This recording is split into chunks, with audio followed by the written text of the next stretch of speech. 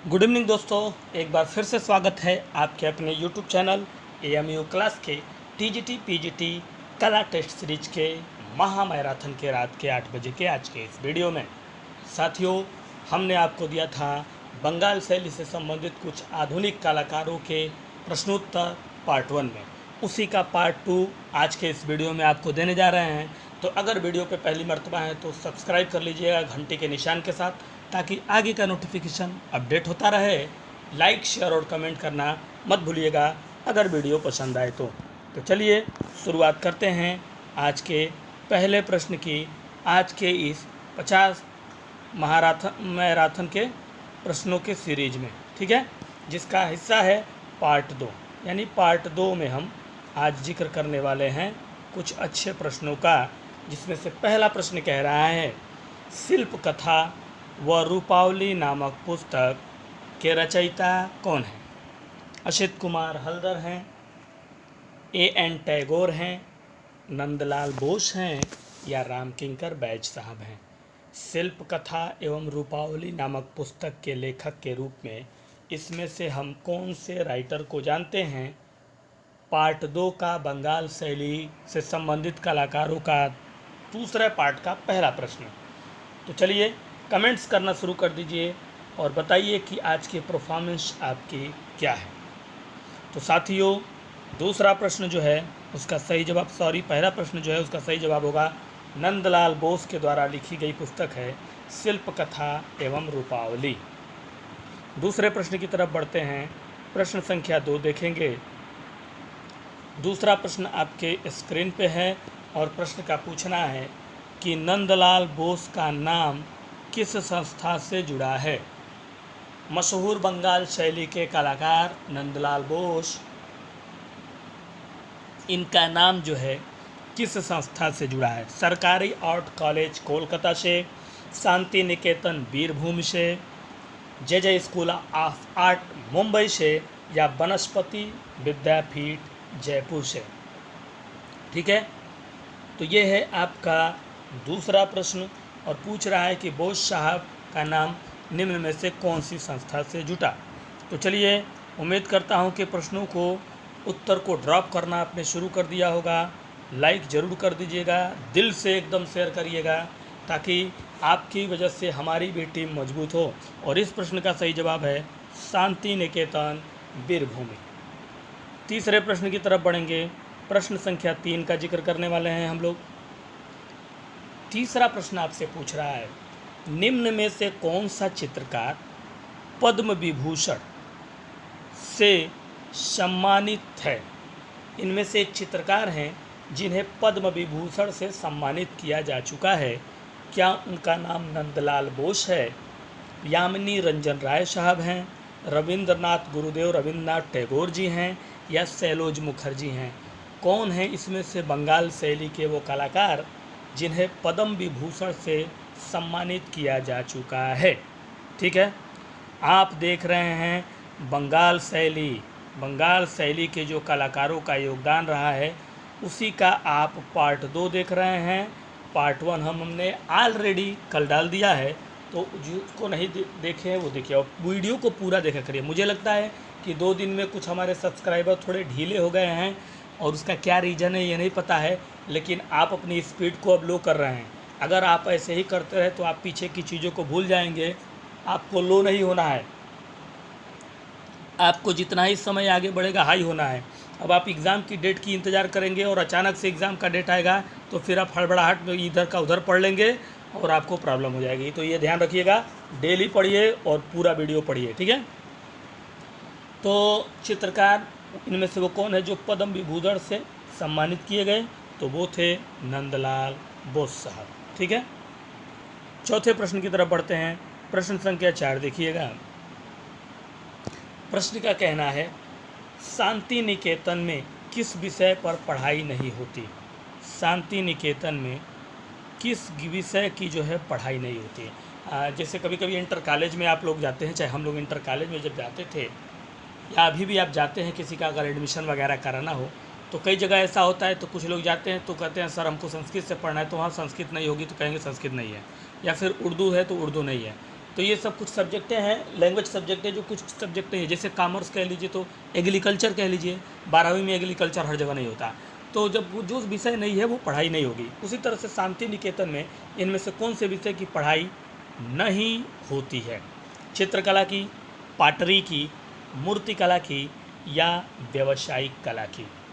ठीक है, ये है आपका प्रश्न कि शांति निकेतन में इसमें से कौन से चीज़ की पढ़ाई नहीं होती। तो साथियों,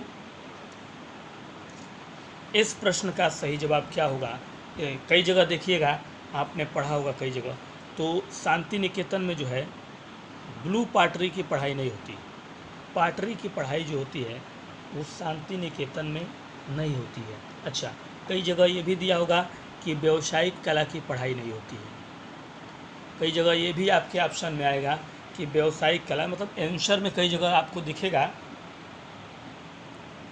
कि व्यावसायिक कला की पढ़ाई नहीं होती है।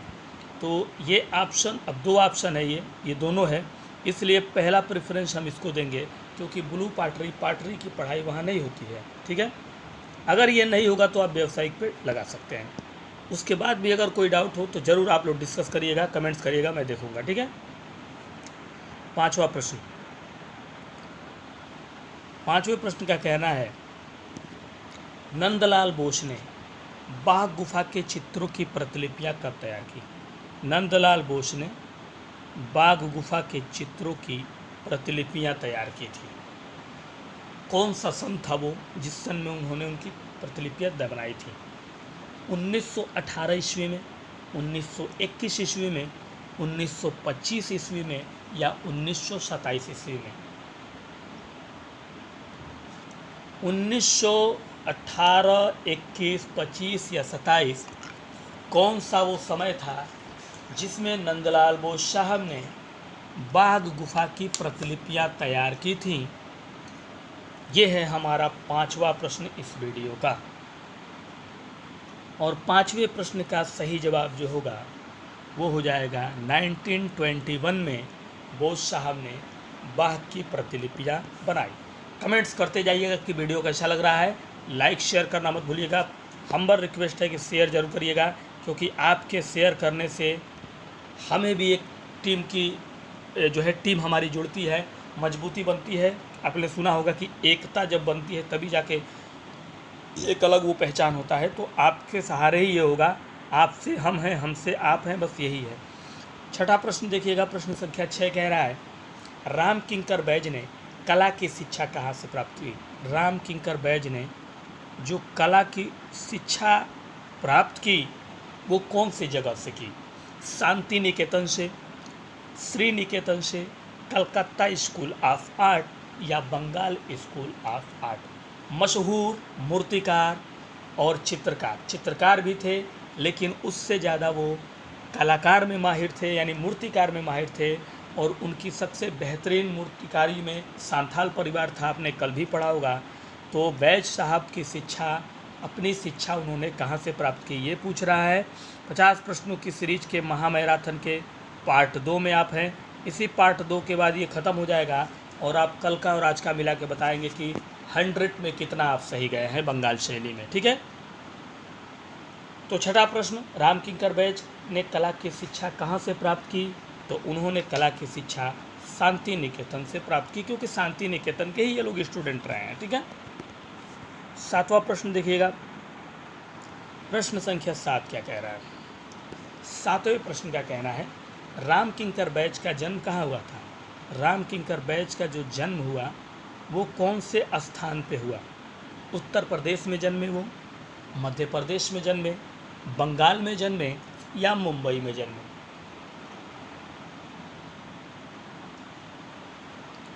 कहाँ जन्म लिया राम किंकर बैज साहब ने, इनमें से कौन से राज्य में?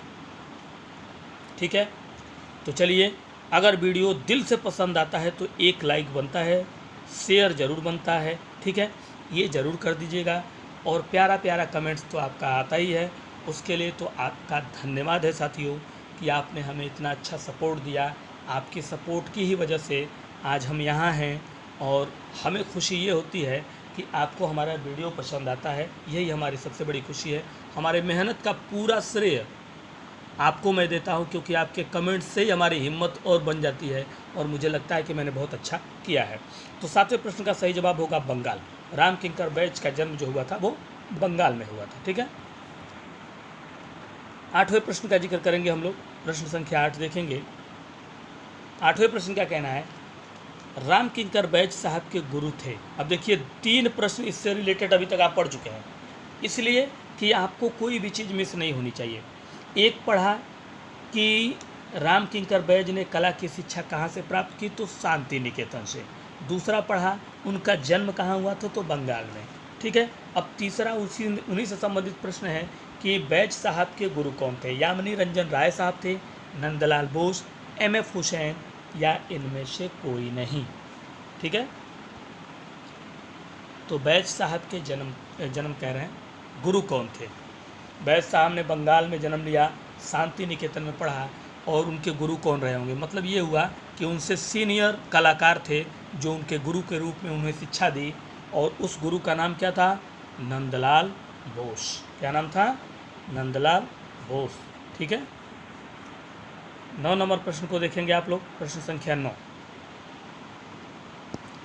निम्न में से कौन मूर्तिकार हैं। आपको कल भी बताया था कि TGT 2021 में अगर आप ओल्ड पेपर उठा के देखें तो उसमें 2 प्रश्न ऐसे थे जिसमें एक था मूर्तिकार हैं, दूसरा था मूर्तिकार नहीं है।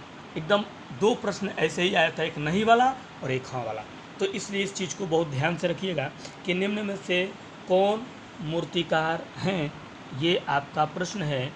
M.F. हुसैन है, रणबीर सिंह बिष्ट हैं, अनुपम सूद या राम किंकर बैज साहब। तो वैसे ही आप पकड़ लेंगे कि इसमें से राम किंकर बैज जो है एक मूर्तिकार के रूप में जाने जाते हैं।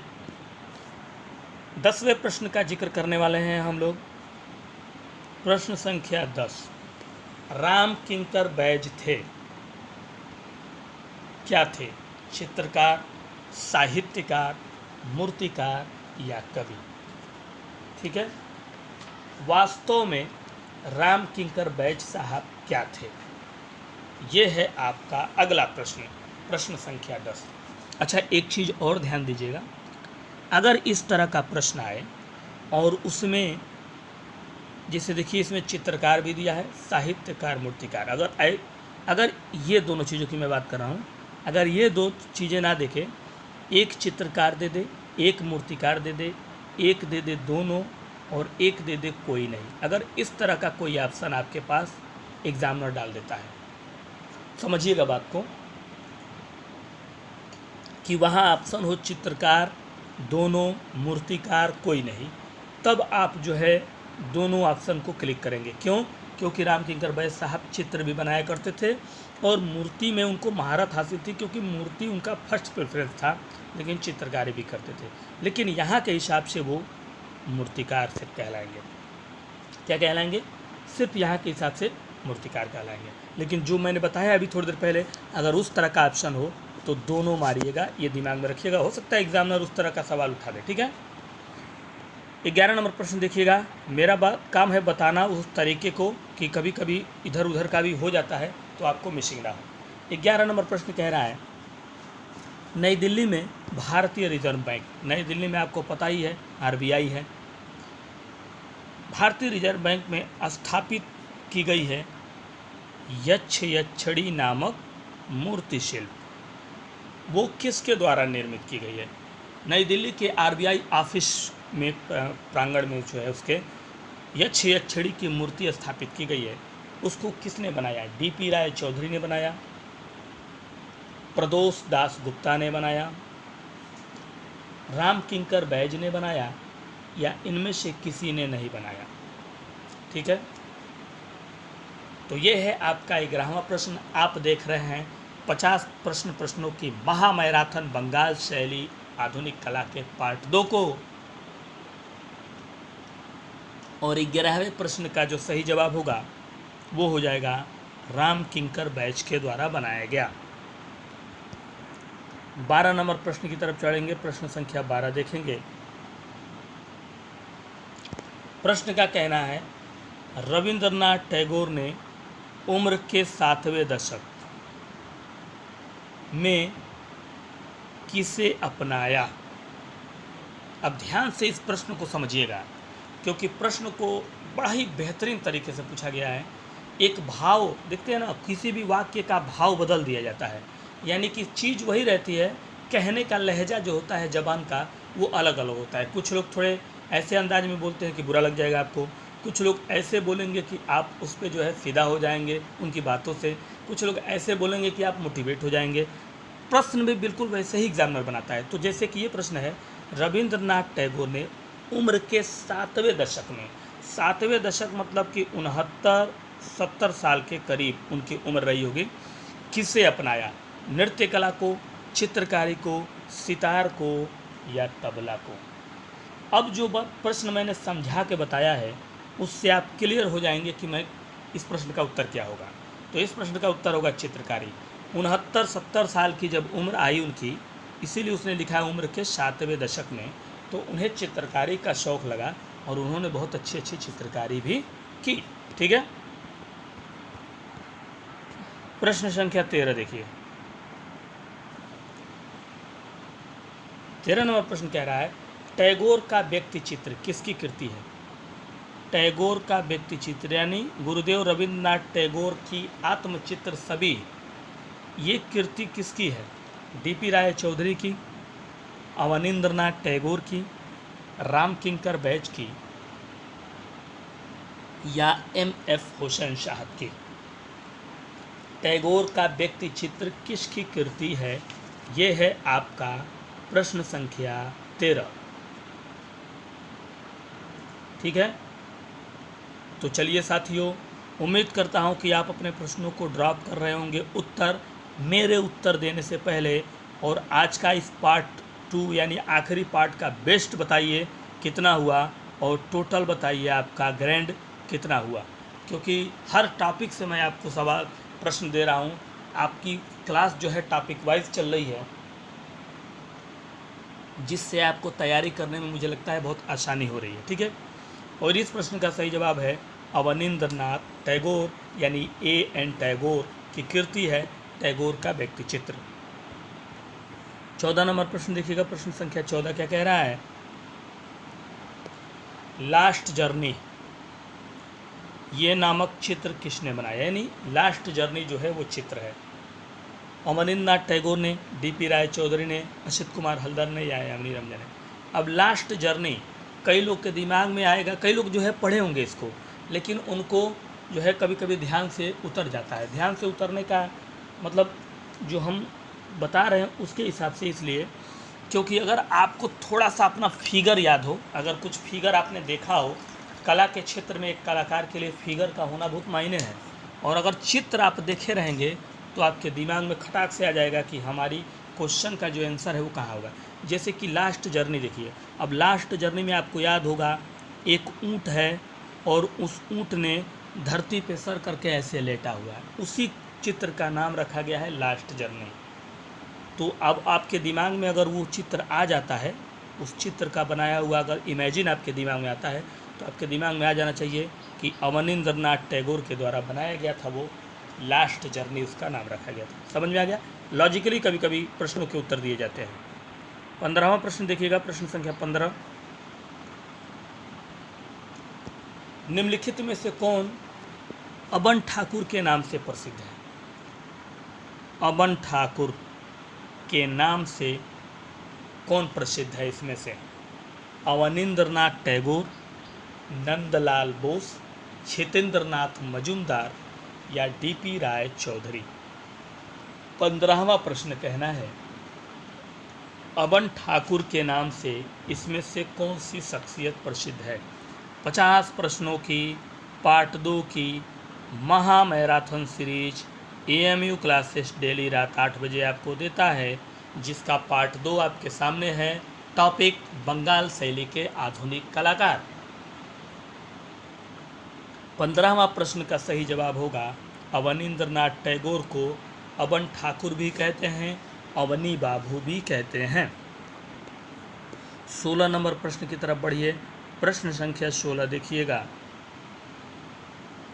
16वें प्रश्न का कहना है रविंद्रनाथ टैगोर की पहचान किस रूप में नहीं है। गुरुदेव रविंद्रनाथ टैगोर की जो पहचान है वो नहीं है, यानी किस रूप में उनकी पहचान नहीं है। चित्रकार के रूप में, मूर्तिकार के रूप में, साहित्यकार के रूप में, या फिर एक कवि के रूप में। ठीक है, गुरुदेव रविंद्रनाथ टैगोर की पहचान किस रूप में नहीं है। तो जाहिर सी बात है, उम्र के 7वें दशक यानी 7वें दशक में उन्होंने चित्रकारी की, साहित्य की दुनिया के माहिर थे, कवि थे ही, आपको पता ही है, गीतांजलि लिखा उन्होंने। तो बचता है क्या, मूर्तिकार, मतलब गुरुदेव रविंद्रनाथ टैगोर एक मूर्तिकार नहीं थे। ठीक है, 17 नंबर प्रश्न की तरफ बढ़ेगा। प्रश्न संख्या 17 देखिए। 17 नंबर प्रश्न का कहना है निम्न में से किसने कांस्य माध्यम में भी मूर्तियाँ निर्मित की। किसमें कांस्य के माध्यम में भी मूर्तियाँ निर्मित करने वाले इनमें से कौन है। शांति दवे, सोमनाथ होर, गगनेंद्रनाथ टैगोर या राम कुमार। कांस्य माध्यम में भी मूर्तियाँ बनाया इनमें से एक शख्सियत ने, एक कलाकार ने। उस कलाकार का नाम क्या है। तो साथियों, उस कलाकार का नाम है सोमनाथ होर। ठीक है, 18 नंबर प्रश्न की तरफ बढ़ेंगे। प्रश्न संख्या 18 देखिएगा। कहना है प्रश्न का, शांति निकेतन में कला भवन की स्थापना किस वर्ष हुई। शांति निकेतन में कला भवन की जो स्थापना हुई वो 1901 में हुई, 1905 में हुई, 1919 में हुई या 1921 में हुई। शांति निकेतन में कला भवन की स्थापना का वर्ष समय क्या है। चलिए 18वें प्रश्न पे हैं। कमेंट्स उम्मीद है पूरे दिल से कर रहे हैं। कुछ लोग तो ऐसे हैं जिनका जो रनवे चल रहा है पढ़ाई का वो बहुत ही बेहतरीन चल रहा है, और मैं चाहूँगा कि ऐसे ही आप चलते रहें, क्योंकि आपके सिलेक्शन से मुझे भी एक अपनी क्लास की पहचान मिलेगी और मुझे भी लगेगा कि मैंने कुछ आपको दिया है। तो साथियों, इस प्रश्न का सही जवाब होगा 1919 में। 19 नंबर प्रश्न को देखिएगा। प्रश्न संख्या 19 क्या कह रहा है। प्रश्न क्या कहना है, वह कौन से चित्रकार थे जिनकी कर्मभूमि जोरासांको थी। देखिए कितना बढ़िया प्रश्न घुमाया है। थोड़ा सा दिमाग लगाएंगे और आपके प्रश्न का उत्तर आपके सामने होगा। एक चित्रकार हैं इसमें जिनकी कर्मभूमि, कर्मभूमि का मतलब हो गया जन्म स्थान, सीधा ऐसा उससे हो गया। कर्मभूमि मतलब उनका अपना जन्म स्थान जोरासांको था। डीपी राय चौधरी थे वो, अवनींद्रनाथ टैगोर थे वो, गगनेंद्रनाथ टैगोर थे वो, या नंदलाल बोस थे। ठीक है, अब जोरासांको में जन्मे एक ही शख्स इसमें से हैं जिनका नाम है अवनी बाबू मीन्स अवनींद्रनाथ टैगोर। 20वें प्रश्न की तरफ बढ़िए। प्रश्न संख्या 20 देखिएगा क्या कह रहा है। कहना है प्रश्न का कि अवनींद्रनाथ टैगोर के चित्र किस प्रकार के हैं। अवनींद्रनाथ टैगोर के जो चित्र हैं वो किस टाइप के हैं। बंगाल पुनर्जागरण के तरह से हैं, टाइप के, यूरोपीय शास्त्रीय शैली पर आधारित हैं, आधुनिक विमूर्त शैली पर आधारित है, या प्राचीन शास्त्रीय शैली पर आधारित है। टैगोर साहब के जो चित्र हैं वो इसमें से किस तरह की शैली पर, अवनींद्रनाथ टैगोर के चित्र किस प्रकार के हैं कह रहा है। किस प्रकार के हैं, किस शैली के हैं ये नहीं पूछ रहा है, किस प्रकार के हैं ये पूछ रहा है। ठीक है, तो किस प्रकार के हैं, बंगाल पुनर्जागरण। 21 नंबर प्रश्न देखिए। अब देखिए 21 नंबर प्रश्न जो हम अभी जिक्र करते थे वो ऑलरेडी इसमें है। अब यहाँ पूछ रहा है कि अवनींद्रनाथ टैगोर के जो चित्र हैं वो किस शैली के हैं। इसके पहले क्या था, अवनींद्रनाथ टैगोर के चित्र किस प्रकार के थे, तो प्रकार में था बंगाल पुनर्जागरण के। लेकिन अब यहाँ पूछ रहा है किस शैली के हैं, विमूर्त शैली, बंगाल शैली, मुगल शैली या कंपनी शैली। दोनों प्रश्नों में अगर ध्यान से देखा जाए तो कोई अंतर नहीं है, बस थोड़ा सा प्रश्न के पूछने का स्टाइल और फॉर्मेट बदला हुआ है और कुछ नहीं है। ठीक है, तो कैसी लगती है आपकी हमारी वीडियो, हमारे द्वारा बताई गई कैसी लगती है वीडियो, ये कौन बताएगा। जो नए हमारे सब्सक्राइबर जुड़ रहे हैं, एक बार प्यार से ज़रूर कमेंट्स करिएगा कि आपको मेरी क्लास अच्छी लगती है कि नहीं जब से आप जुड़े हैं। और इस प्रश्न का सही जवाब है बंगाल शैली। 22वें प्रश्न की तरफ चलिए। प्रश्न संख्या 22 देखिएगा। 22 नंबर प्रश्न आपसे कह रहा है, निम्न में से किसे नोबेल पुरस्कार प्रदान किया गया। नोबेल पुरस्कार से इसमें से किस शख्सियत को नवाजा गया था। बी शांताराम को, महात्मा गांधी को, रविंद्रनाथ टैगोर को या जवाहरलाल नेहरू को। किसे नोबेल पुरस्कार से इसमें सम्मानित किया गया था।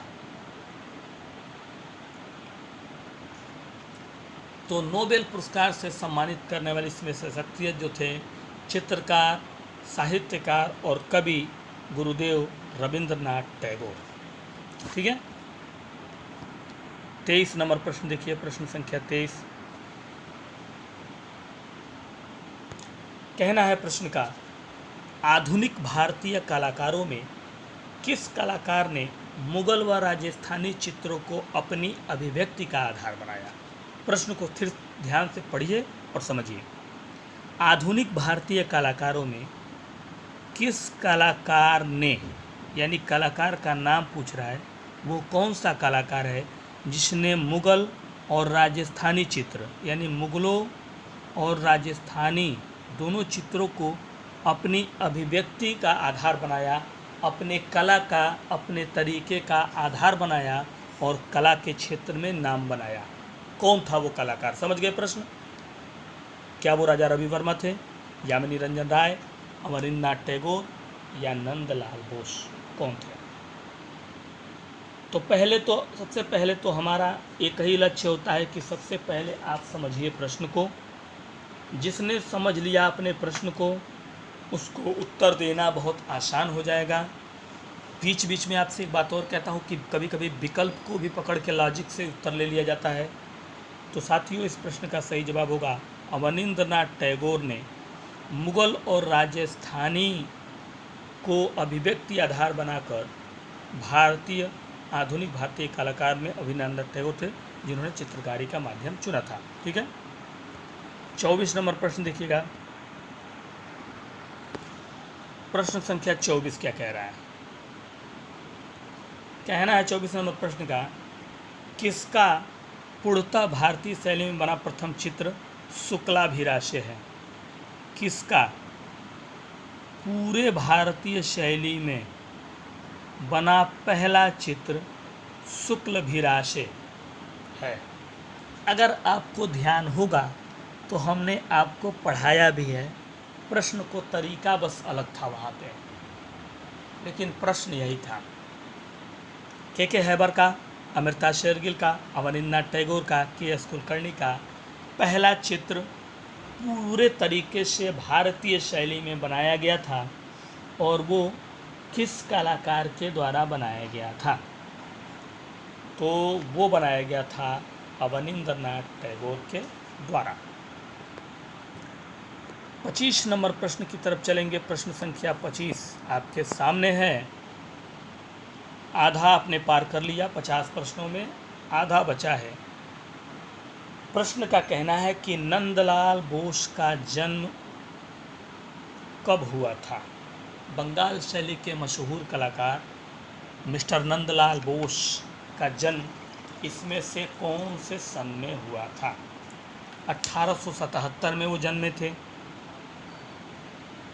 या 1882 में जन्मे थे 1897 में जन्मे थे या 1883 में जन्मे थे? वो कौन से सन में नंदलाल बोस साहब जन्म लिए थे? तो चलिए फटाफट प्रश्नों को करते जाइए ड्रॉप। चलिए आज देखते हैं क्या है आपका सुपर परफॉर्मेंस इस वीडियो में और क्या है आपका ग्रैंड टोटल इस वीडियो को मिला के और कल क्या। ठीक है, इस प्रश्न का जो सही जवाब होगा वो आपका हो जाएगा 1882 ईस्वी में नंदलाल बोस का जन्म हुआ था। ठीक है, 26 नंबर प्रश्न का आप जिक्र करने वाले हैं हम लोग। 26 नंबर प्रश्न कह रहा है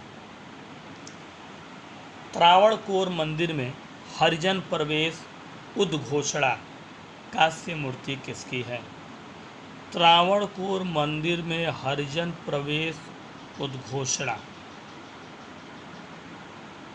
ये कांस्य माध्यम में बनी मूर्ति किसके द्वारा बनाई गई? यानी जो त्रावणकोर का मंदिर है उसमें हरिजन कास्ट यानी कि हरिजन आप लोग जानते ही हैं, उनके प्रवेश के उद्घोषणा का मतलब मूर्ति बनाया गया। क्या वो B.S. गायतोड़े ने बनाया, अमृता शेरगिल ने बनाया, रविंद्रनाथ टैगोर ने बनाया या D.P. राय चौधरी ने बनाया?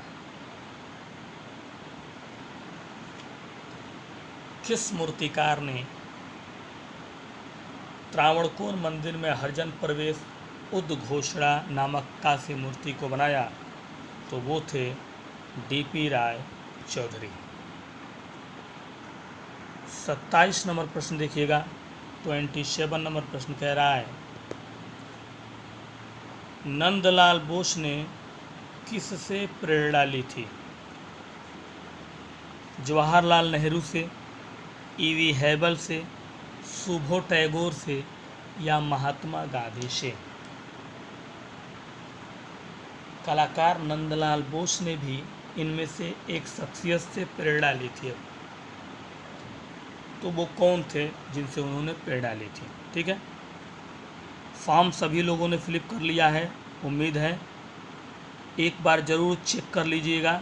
ठीक है, कि आपने सभी सही तरीके से किया है कि नहीं, मिला लीजिएगा, क्योंकि बाद में जब मिस्टेक होगा तो थोड़ी सी प्रॉब्लम होगी।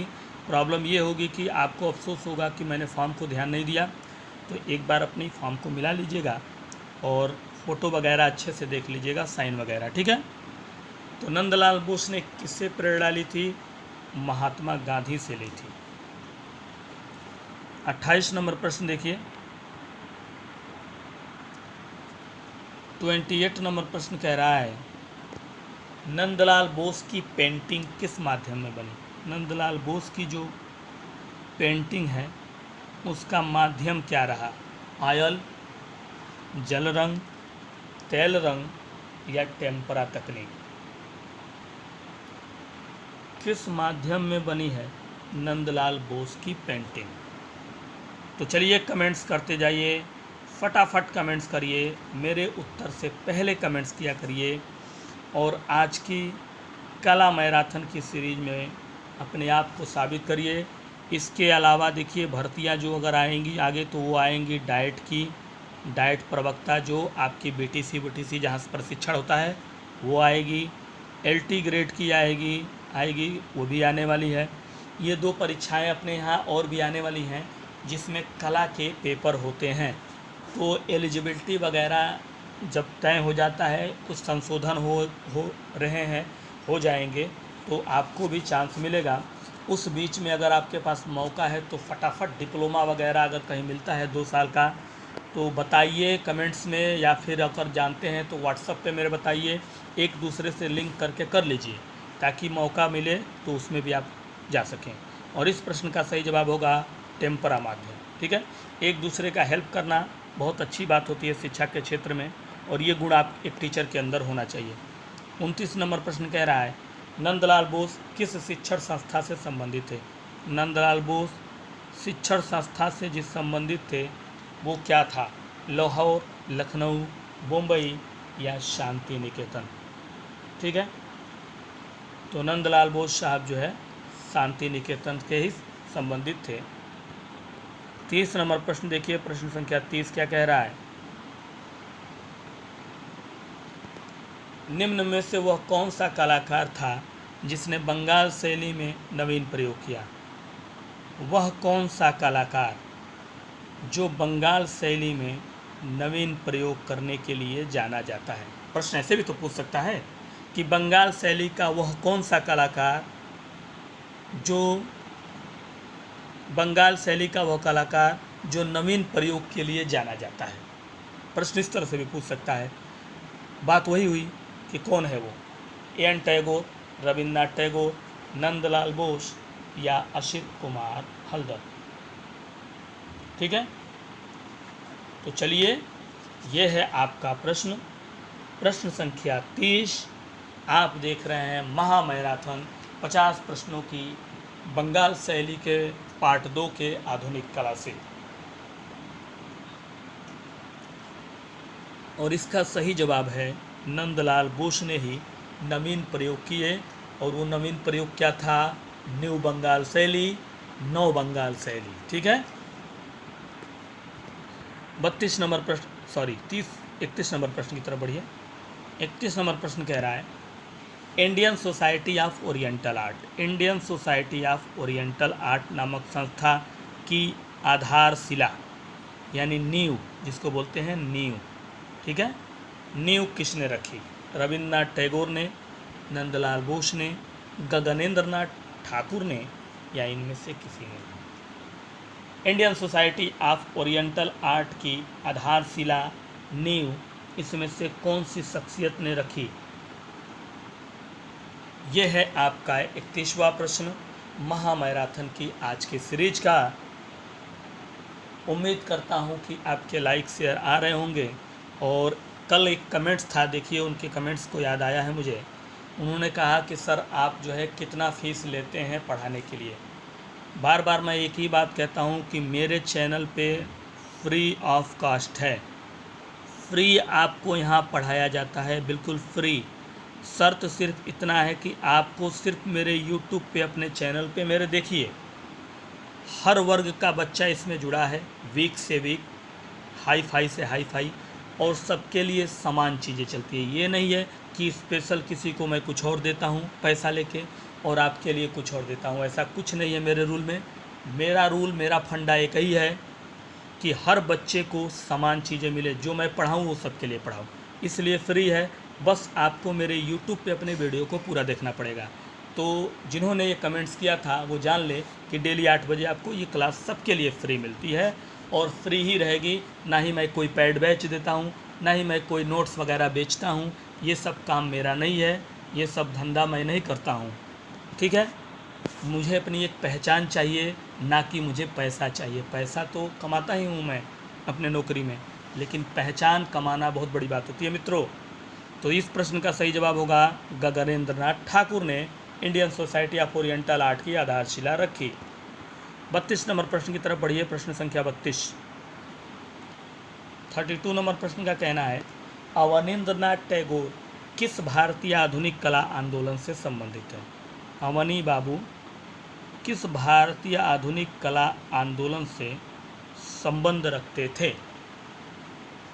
तंत्र कला, सिंक्रोनिज्म, सुरीलवाद या बंगाली स्कूल। ठीक है, किस भारतीय आधुनिक कला आंदोलन से अवन ठाकुर या अवनी बाबू संबंध रखते थे, तो वो रखते थे बंगाल स्कूल से। 33 नंबर प्रश्न की तरफ बढ़ेंगे, प्रश्न संख्या 33। कांग्रेस के लखनऊ अधिवेशन में नंदलाल बोस किसके साथ मिलकर म्यूरल बनाए थे। कांग्रेस के लखनऊ अधिवेशन में नंदलाल बोस साहब ने किसके साथ मिलकर म्यूरल बनाया, यानी म्यूरल जो बनाया उनमें उनके साथी के रूप में एक और हेल्प के लिए मौजूद थे। वो कौन थे। NS बेंद्रे साहब, यामिनी रंजन राय साहब, गगनेंद्र नाथ टैगोर जी या अमृता शेरगिल। ठीक है, ये है आपका लखनऊ अधिवेशन में नंदलाल बोस के साथ मिलकर म्यूरल बनाने वाले कलाकार इसमें से कौन हैं? तो वो थे यामिनी रंजन राय साहब। 34 नंबर प्रश्न को देखिएगा। 34 नंबर प्रश्न कह रहा है, निम्न में से कौन अवनींद्रनाथ ठाकुर के शिष्यों में नहीं है? अवनींद्रनाथ ठाकुर के शिष्यों में नहीं जाना जाता डीपी राय चौधरी साहब, नंदलाल बोस जी, असित कुमार हल्दर जी या गोपाल घोष जी। इसमें से कौन है जिन्हें अवनी बाबू के शिष्यों की कैटेगरी में नहीं रखा गया है? तो चलिए कमेंट्स करते जाइए अपने प्रश्नों के उत्तरों का, क्योंकि काफ़ी करीब हैं आप अपने प्रश्न के फाइनल सबमिट के। और आज का सुपर बेस्ट किसका होगा ये मुझे देखना है। सुपर बेस्ट किसका आज का ग्रैंड टोटल होने वाला है? और इसका जवाब है गोपाल घोष। 35 नंबर प्रश्न को देखेंगे। प्रश्न संख्या 35 क्या कह रहा है? निम्न में से कौन बंगाल शैली के चित्रकार नहीं है? बंगाल शैली के चित्रकार के रूप में नहीं जाने जाते शारदा चरण उकील, सुधीर रंजन खस्तगीर, ईश्वरी प्रसाद या मुकुल डे। बंगाल शैली के कलाकार के रूप में इसमें से एक शख्सियत को हम नहीं जानते हैं। वो शख्सियत कौन सी है? वो है ईश्वरी प्रसाद। ईश्वरी प्रसाद बंगाल शैली के नहीं हैं, वो पटना शैली के कलाकार थे। किसके? पटना शैली के। 36 नंबर देखिए।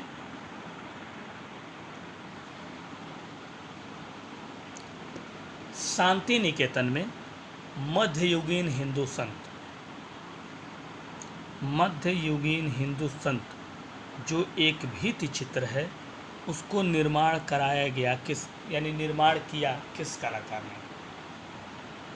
बंगाल स्कूल के शांति निकेतन में मध्ययुगीन हिंदू संत का भित्ति चित्र बना है। वो विनोद बिहारी मुखर्जी ने बनाया, के.जी. सुब्रमण्यम ने बनाया, रविंद्रनाथ टैगोर ने बनाया या नंदलाल बोस ने बनाया? किसने बनाया? ठीक है, मध्ययुगीन हिंदू संत को बनाने वाले इसमें से कौन कलाकार है बंगाल शैली के? तो चलिए साथियों फटाफट करते जाइए अपने प्रश्नों के उत्तरों का।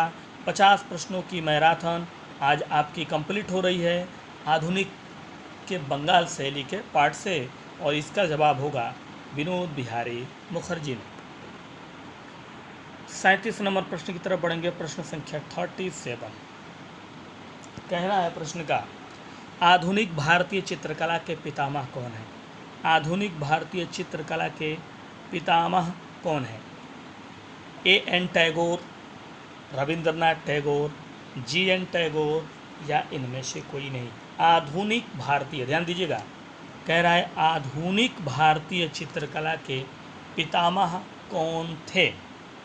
ठीक है, आधुनिक भारतीय चित्रकला के पितामह कौन थे? तो वो थे अवनींद्रनाथ टैगोर। 38 नंबर प्रश्न को देखिएगा। प्रश्न संख्या 38 क्या कह रहा है? 38 नंबर प्रश्न कह रहा है, कलकत्ता आर्ट विद्यालय के प्राचार्य थे। कलकत्ता आर्ट विद्यालय के प्रिंसिपल प्रधानाचार्य के रूप में इसमें से कौन कार्यरत थे? E.B. हैवल साहब, नंदलाल बोस जी, असित कुमार हल्दर साहब या K.N. मजुमदार? कौन कलकत्ता स्कूल ऑफ आर्ट के प्रधानाचार्य के रूप में कार्यरत थे इसमें से? तो वो थे E.B. हैवल साहब। 39 नंबर देखिए। प्रोफेसर मदन लाल नागर थे एक मूर्तिकार, एक चित्रकार, एक लेखक या एक ग्राफिक कलाकार? मदन लाल नागर को किस क्षेत्र में ख्याति प्राप्त है? चित्रकार के रूप में, मूर्तिकार के रूप में, लेखक या ग्राफिक कलाकार के रूप में?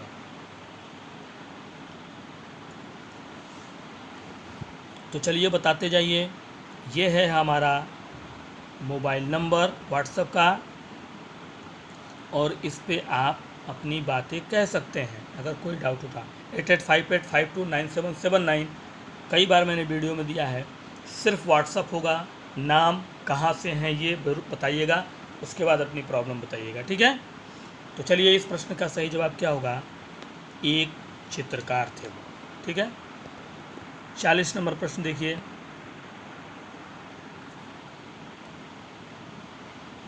प्रश्न का कहना है, इनमें से कौन अशब्दबद्ध है, मतलब अलग है, हटके? कैसियस पनीकर, अमृता शेरगिल, एन.एस. बेंद्रे या मुकुल डे? इनमें से अशब्दबद्ध यानी 3 लोगों से एकदम अलग हटके इसमें से कौन है? कैसियस पनीकर, अमृता शेरगिल, एन.एस. बेंद्रे। आधुनिक कलाकारों का नाम है, लेकिन इसमें से सबसे असंबद्ध है मुकुल डे। मुकुल डे असंबद्ध है, इसका रीज़न क्या है, क्यों है ये आपको कमेंट्स में बताना है, ठीक है। 41 नंबर प्रश्न देखिएगा। प्रश्न संख्या 41 पे हम लोग पहुंच चुके हैं। अब बस धीरे धीरे आपके फाइनल सबमिट के करीब चल रहे हैं हम। प्रख्यात मूर्तिकार चिंतामणि कर निम्न में से किस ललित कला महाविद्यालय के प्रधानाचार्य के रूप में कार्यरत थे? प्रख्यात मूर्तिकार चिंतामणि कर साहब इसमें से कौन से विद्यालय में कला के प्रधानाचार्य पद पर थे? कलकत्ता कॉलेज ऑफ आर्ट के, दिल्ली कॉलेज ऑफ आर्ट के, मद्रास कॉलेज ऑफ आर्ट के, या लखनऊ कॉलेज ऑफ आर्ट के? कहाँ के? ठीक है। चलिए, बहुत अच्छा प्रश्न है ये, और उम्मीद करूँगा कि इस प्रश्न का उत्तर आप लोग बहुत अच्छे से देंगे, और वीडियो को लाइक ज़रूर करेंगे, शेयर ज़रूर करेंगे, ये पूरी उम्मीद है मुझे। यही सब चीज़ें तो मैं आपसे बस थोड़ा सा कहता हूँ, क्योंकि लाइक और शेयर जो होता है ना, वो आपका हेल्प होता है मेरे लिए। जिस तरह से मैं आपको थोड़ा सा देख लेता हूँ, आपके उसी हेल्प से मुझे बहुत कुछ मिलता है दोस्तों, प्यार मोहब्बत मिलता है, लाइक से लोग जुड़ते हैं कि इस वीडियो को अच्छा पसंद किया जा रहा है। तो इसका सही जवाब है कलकत्ता कॉलेज ऑफ आर्ट के प्रधानाचार्य पद पर थे चिंतामणि कर, प्रख्यात मूर्तिकार।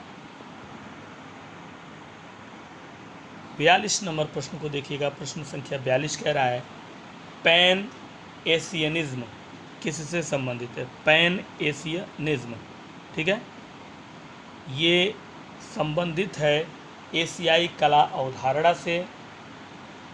क्या ये संबंधित है यूरोपीय कला अवधारणा से? क्या ये संबंधित है पश्चिमी कला अवधारणा से, या अफ्रीकी कला अवधारणा से? पैन एशियनिज्म ये कौन सी कला अवधारणा से संबंध रखता है? ये बिल्कुल अच्छा प्रश्न है, और एक तरह से अपने आप में नया प्रश्न है, बिल्कुल है, और वेरी इंपॉर्टेंट। इसको रखिएगा, वेरी इंपॉर्टेंट की कैटेगरी में इसको मार्क करके रखिएगा, एकदम मार्क करके रखिएगा एक, ठीक है, कि इसको ध्यान दिया जाए इस प्रश्न को। तो पैन एशियनिज्म किससे संबंधित है? तो वो है एशियाई कला अवधारणा से संबंधित, ठीक है। चलिए आगे बढ़ते हैं। 43 नंबर प्रश्न को देखिएगा। प्रश्न संख्या 43 कह रहा है, आनंद कुमार स्वामी की प्रिय पत्नी थी। डॉक्टर आनंद कुमार स्वामी की जो प्रिय पत्नी वो स्टेला ब्लाच थी, स्टेला क्रैमरिस थी, रत्ना देवी थी, या इनमें से कोई नहीं थी? मशहूर कला इतिहासकार, कला समीक्षक मिस्टर डॉक्टर आनंद कुमार स्वामी की प्रिय पत्नी इसमें से कौन थी? ठीक है, तो प्रिय पत्नी जो थी उनकी वो थी स्टेला ब्लाच। 44 नंबर प्रश्न की तरफ देखिएगा। प्रश्न संख्या 44 क्या कह रहा है, 44 नंबर प्रश्न का कहना है, लखनऊ कला महाविद्यालय के प्रथम भारतीय प्राचार्य, लखनऊ कला महाविद्यालय के पहले हिंदुस्तानी प्रधानाचार्य थे अवनींद्रनाथ ठाकुर, सुधीर रंजन खस्तगीर, असित कुमार हल्दर या रणवीर सिंह बिष्ट। लखनऊ कला महाविद्यालय के पहले भारतीय प्रधानाचार्य के रूप में किसे जानते हैं हम? तो चलिए बताते चलिए, फटाफट ड्रॉप करते चलिए। आज का ग्रैंड टोटल क्या है ये आप ज़रा बताइएगा हमें। आज का ग्रैंड टोटल हमें जानना है, कल और आज का मिला के 100 में कितना आपने किया। और इसका सही जवाब है असित कुमार हल्दर थे। 45 नंबर प्रश्न देखिएगा, कहना है प्रश्न का, वर्ष 2008 में प्रकाशित पेंटिंग ऑफ अवनींद्रनाथ ठाकुर, नाम है उसका पेंटिंग ऑफ अवनींद्रनाथ ठाकुर, ये एक पुस्तक का नाम है, प्रकाशित हुई 2008 में। किसने प्रकाशित की ये पूछ रहा है वो, ठीक है। बहुत सुंदर प्रश्न है, ध्यान दीजिएगा। पेंटिंग ऑफ अवनींद्रनाथ ठाकुर प्रकाशित हुई 2008 में, किसके द्वारा? पर्सी ब्राउन के द्वारा, डॉक्टर आनंद कुमार स्वामी के द्वारा, आर शिव कुमार या अवनींद्रनाथ टैगोर, ठीक है। तो अगर इस प्रश्न को लॉजिकली आपको देखना है तो पर्सी ब्राउन जो थे वो काफ़ी पुराने हैं, 2008 में प्रकाशित हुई है, तो उस समय तक वो जिंदा नहीं रहे होंगे। उसी तरह से आनंद कुमार स्वामी भी, अवनींद्रनाथ टैगोर भी तब तक जिंदा नहीं हैं, तो बचते हैं जनाब आर शिव कुमार, इसलिए इसका सही आंसर होगा आर शिव कुमार। यही तरीका होता है थोड़ा सा समझने का, ठीक है। 46 नंबर प्रश्न को देखिए, प्रश्न संख्या 46, इनमें से कौन कलाकार आज बंगाल का प्रसिद्ध कलाकार है? आज बंगाल का, प्रेजेंट टाइम में बंगाल का प्रसिद्ध कलाकार के रूप में इसमें से गणेश पाइन जाने जाते हैं, मनीषी दे, गणेश हालोई या इनमें से कोई नहीं। बंगाल शैली के प्रसिद्ध कलाकारों में से एक इनमें से कौन जाने जाते हैं? अभी भी जिंदा हैं वर्तमान में, इसलिए ये प्रश्न आया है इसमें 46 नंबर, ठीक है। तो चलिए बताइए ड्रॉप करके प्रश्नों के उत्तरों को क्या होगा। बेस्ट बताइए, आज का बेस्ट क्या है आपका टोटल ग्रैंड में? और इसका सही जवाब है गणेश हालोई, प्रेजेंट टाइम में बंगाल शैली के प्रसिद्ध कलाकार। 47 नंबर प्रश्न को देखिएगा, 47 नंबर प्रश्न 47, किस चित्रकार ने ठेठ यूरोपीय शैली में चित्रकारी की? ठेठ, एकदम ठेठ यूरोपीय शैली में चित्रकारी नंदलाल बोस ने की थी, अवनींद्रनाथ ठाकुर ने की थी, राजा रवि वर्मा ने की थी, या किसी ने इनमें से नहीं की? ठेठ यूरोपीय शैली में किस चित्रकार ने चित्रकारी की? तो फटाफट कमेंट्स करते जाइए। जो भी हमारे न्यू सब्सक्राइबर हैं, व्हाट्सएप नंबर मैंने दिया है, अगर हमारे न्यू सब्सक्राइबर साथियों को किसी भी तरह का कोई डाउट हो तो बेहिचक अपना सवाल कमेंट्स बॉक्स में या व्हाट्सएप पे डालें। अगर कोई प्रॉब्लम फंस रही हो फॉर्म में तो वो बताएं, उनका सलूशन किया जाएगा, बिल्कुल किया जाएगा। जब हम देखेंगे तो आपका सलूशन करेंगे, ठीक है। और इसका सही जवाब है राजा रवि वर्मा ने किया था। 48 नंबर प्रश्न देखिए, 48 नंबर प्रश्न का कहना है, अवनींद्रनाथ टैगोर के पुनर्जागरण काल में तकनीकी दृष्टिकोण से भारतीय चित्रकला की क्या देन है? बहुत अच्छा प्रश्न और बहुत ही शानदार प्रश्न, समझिए एक बार इसको। अवनींद्रनाथ टैगोर का पुनर्जागरण काल था, ये तो अभी पढ़ा आपने पहले। उनके पुनर्जागरण काल में तकनीकी दृष्टिकोण से जो भारतीय चित्रकला थी उसमें क्या देन था, क्या देन है उसमें, किस तरह, देखो कितना बढ़िया प्रश्न पूछा है। मतलब कि पुनर्जागरण काल में अवनींद्रनाथ टैगोर ने अपने कौन से भारतीय चित्रकला में कौन से माध्यम का इस्तेमाल किया, देन दिया। तैल रंग, मिश्रित रंग माध्यम, वास चित्रण या पेस्टल रंग। ठीक है, इतना सुलझा हुआ प्रश्न को उसने घुमाया है कि बहुत ही बेहतरीन लगा मुझे ये प्रश्न। सच में मैं आपको बताता हूँ, ये प्रश्न बहुत अच्छा लगा मुझे। और थोड़ा सा अगर इसको कोई इधर उधर पढ़ेगा तो वो गलत करके आ जाएगा।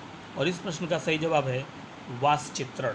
वहाँ की देन थी, बंगाल शैली की देन, पुनर्जागरण काल के तकनीक का देन वास चित्रण, और देन है अवनींद्रनाथ टैगोर की। वही बात वो पूछ रहा था। 49 नंबर प्रश्न देखिएगा, प्रश्न संख्या 49, 49। प्रश्न का कहना है, अवनींद्रनाथ टैगोर की कलाकृति owl and bird, owl and bird, उल्लू और चिड़िया, किस माध्यम में निर्मित है। यानी अवनींद्रनाथ टैगोर ने आउल एंड बर्ड बनाया है चित्र, उसको किस माध्यम में बनाया है।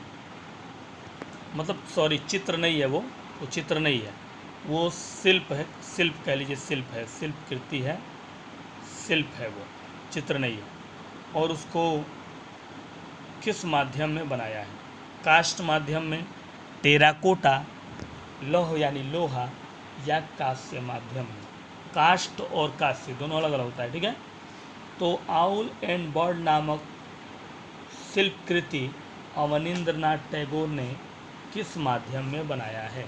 यह है प्रश्न आपका 49 नंबर।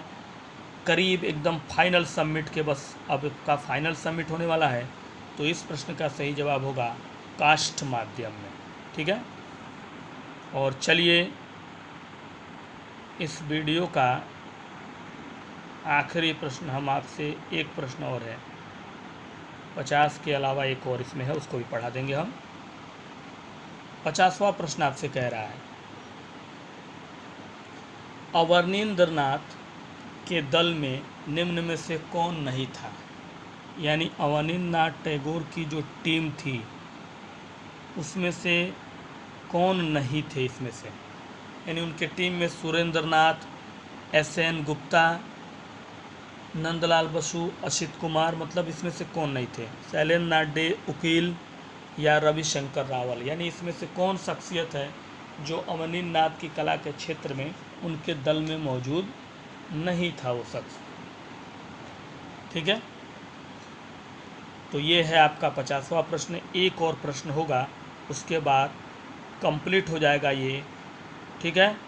और उसके बाद आपको अपना ग्रैंड टोटल बताना है। इसका सही जवाब है रविशंकर रावल। और चलिए वीडियो का आखिरी प्रश्न देखिए।